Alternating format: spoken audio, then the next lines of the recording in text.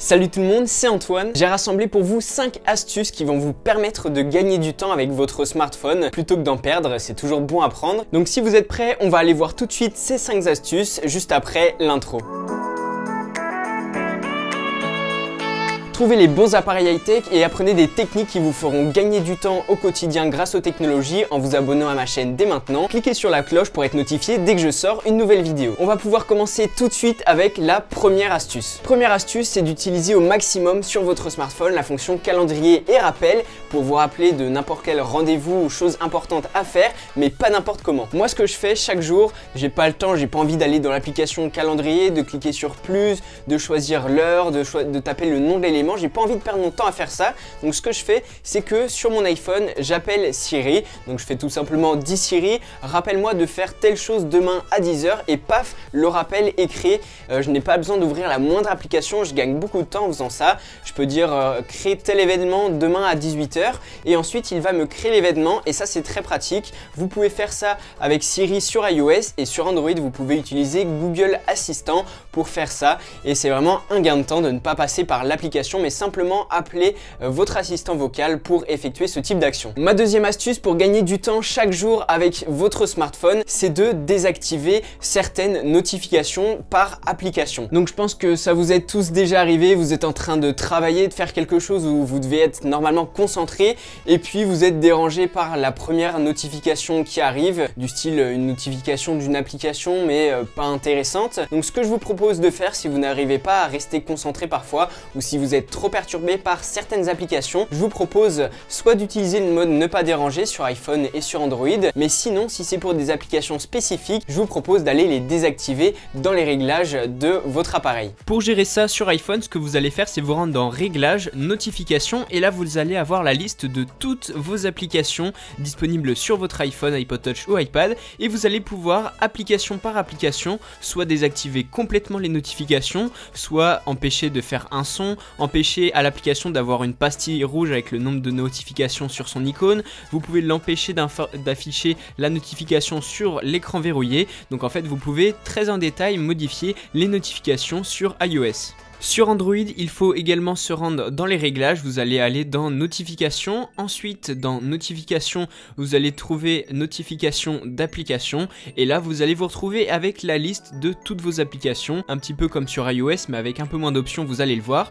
Donc si je prends par exemple Snapchat, je peux aller dessus et désactiver uniquement les notifications de cette application. Astuce numéro 3, je ne sais pas si ça vous est déjà arrivé mais voilà, des fois ça arrive d'avoir votre smartphone dans une autre pièce ou un petit peu plus loin, vous êtes en train de faire quelque chose et puis le téléphone sonne, sauf que voilà, vous êtes en train de faire quelque chose, vous savez pas si vous devez lâcher ce que vous avez entre les mains et tout de suite répondre. Et là, eh bien, c'est là que vient la troisième astuce. Il existe une fonctionnalité qui vous permet, lorsque quelqu'un vous appelle, que le smartphone prononce le nom de votre contact lors de la sonnerie. Donc comme ça, au lieu de répondre au premier appel publicitaire qui vous appelle parce que vous saviez pas quelle était la personne qui vous appelle, eh bien là, avec cette fonctionnalité, vous allez pouvoir répondre uniquement à des personnes qui font partie de vos contacts. Du coup, le smartphone va énoncer le nom de votre contact et comme ça, vous savez si c'est utile ou pas de vous déplacer pour répondre avec votre smartphone. Donc voilà à quoi ça ressemble quand on active cette fonctionnalité. Tim Cook. Pour l'activer, c'est très simple. Pour activer l'annonce d'appel sur iOS, c'est très simple. Il faut aller dans les réglages et ensuite dans téléphone, vous allez trouver un onglet qui s'appelle annonce d'appel et par défaut, c'est l'option jamais qui est cochée alors que nous, on veut activer l'option toujours et c'est grâce à ça que vous allez pouvoir avoir le nom de votre correspondant à chaque fois que le smartphone sonne. Maintenant, si vous avez un smartphone Android, certains smartphones ont déjà cette option dans leurs réglages, mais pour une grande partie des smartphones Android, il va falloir télécharger une application externe pour pouvoir avoir cette fonctionnalité, donc je vous laisse regarder sur le Play Store. C'est parti pour la quatrième astuce. Des fois ça arrive, il faut qu'on parte vite fait de chez soi et avant on a du style 20 minutes pour charger son smartphone, donc vraiment pas beaucoup de temps. Et c'est là que je vous conseille de faire la chose suivante. Vous prenez votre iPhone ou votre smartphone Android, vous le branchez au secteur, évitez de le brancher sur un ordinateur parce que c'est assez long à charger. Et là ce que vous allez faire, c'est vous mettre en mode avion et en plus en mode économie d'énergie sur iPhone et sur Android si votre appareil Android possède un mode économie d'énergie. En activant le mode avion, vous allez désactiver tout ce qui est Wi-Fi, Bluetooth, réception des SMS et des appels. Mais du coup, votre smartphone ne va pas avoir à garder tous ces types de connexions activées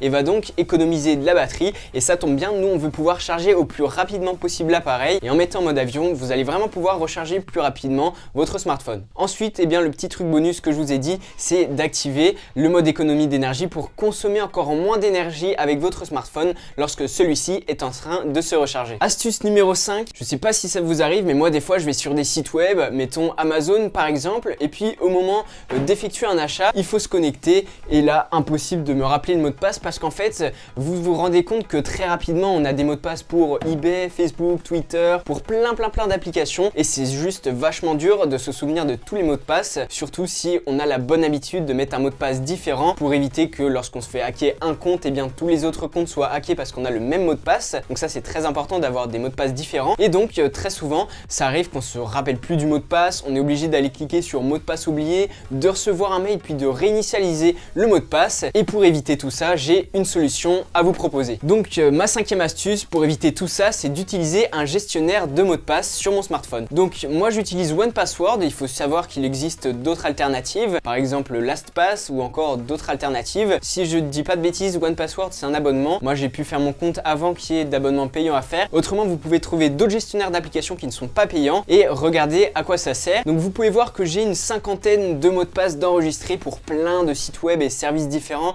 que j'ai un jour utilisés. Puis je savais très bien que je me rappellerai pas toute ma vie de chaque mot de passe, surtout quand c'est des sites web dont on ne se sert pas régulièrement. Donc ce que je fais c'est que dès que je crée un nouveau mot de passe, je vais sur l'application, je peux mettre le lien du site web ou aller voir dans la liste des services qui seront proposés. En gros vous avez tous les sites les plus connus qui apparaissent dans la liste. Ensuite vous mettez votre mot de passe. D'ailleurs lors de la création d'un mot de passe vous pouvez même créer aléatoirement un mot de passe puissant avec le gestionnaire, il vous en propose. Donc comme ça vous avez vraiment un mot de passe indéchiffrable. Et ensuite l'intérêt de l'application c'est que ça fonctionne comme un coffre-fort. Donc en gros vous allez le déverrouiller soit avec un code, soit avec le Touch ID, soit avec le Face ID, soit avec votre capteur d'empreinte sur Android. Et donc à chaque fois que vous avez besoin d'aller sur un site web, vous allez sur l'appli, vous allez retrouver le mot de passe que vous avez enregistré dessus et ensuite vous pouvez l'afficher. Comme ça pas besoin de chercher pendant 10 ans, vous savez que tous vos mots de passe sont dans votre smartphone en sécurité. Donc ça c'est une astuce qui est quand même assez pratique, plutôt de passer 10 ans à chercher son mot de passe. Et j'ai une dernière astuce bonus, cette fois-ci pour les utilisateurs d'iOS, vous allez voir pourquoi. Écoutez bien ça, le bonus est le suivant: si vous avez un iPhone, un iPod Touch ou un iPad,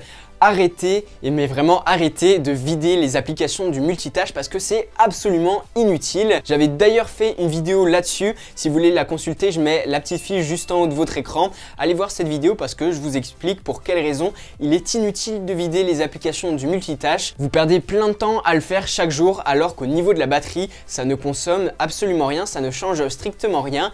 Et pour plus de détails, rappelez-vous d'aller voir la vidéo en question parce que ça vous explique concrètement dans quel cas ça ne consomme pas de batterie et vous allez voir que c'est quand même la majorité des cas. Si vous voulez gagner du temps chaque jour en utilisant mieux vos appareils high-tech et en les choisissant judicieusement, abonnez-vous. En plus, j'ai prévu de faire une autre vidéo de ce style, comment gagner du temps en 5 astuces, mais cette fois-ci avec votre ordinateur. Ça arrive à peu près dans 2 semaines, donc abonnez-vous pour suivre cette prochaine vidéo. Mettez votre petit pouce bleu et surtout dites-moi dans les commentaires quelle astuce vous ne connaissiez pas et surtout quelles sont les vôtres. Ça m'intéresserait de savoir quels sont vos petits hacks comme ça pour gagner du temps avec votre smartphone ou votre ordinateur.